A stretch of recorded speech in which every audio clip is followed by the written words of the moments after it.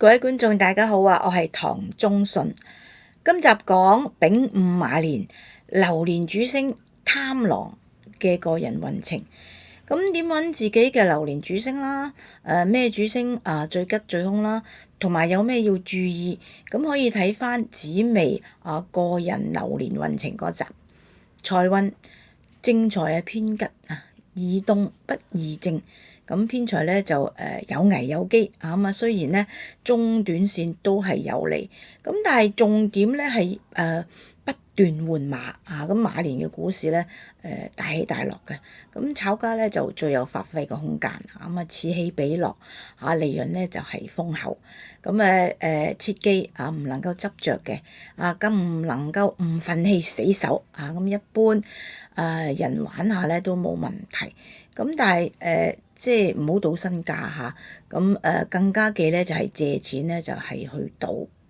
事業受雇者有升職轉職之象，咁如果有往海外調遷嘅機會咧，就要快啲去爭取啦咁發展機遇咧唔一定咧喺現有嘅正職嘅，咁亦都可以係副業比如拍片做網紅啦、教運動啦、教藝術啦等等，咁就會招來機會際遇。咁如果早有準備咧一旦把握得好咧，平步青雲都不再是夢。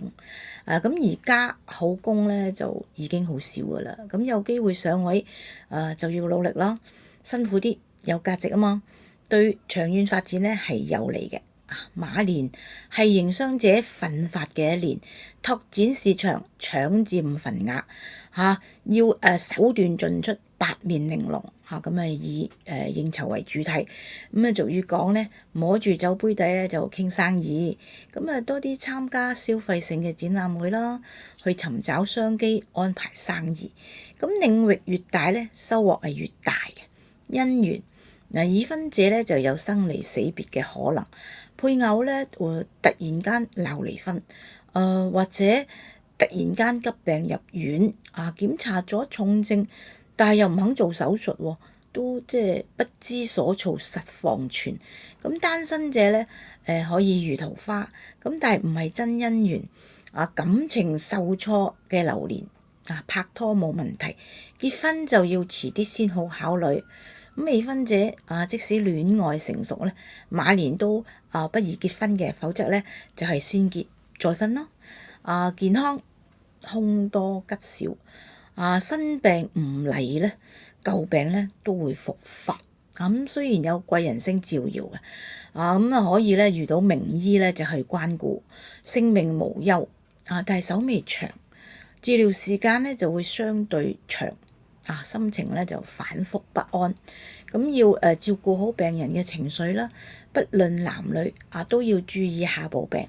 男性咧多數係前列腺病，女性咧多數咧就係婦科病。小手術咧可以做術後咧注意調理關顧病者嘅心情。赤馬同中若休確，山南險象緊追蹤。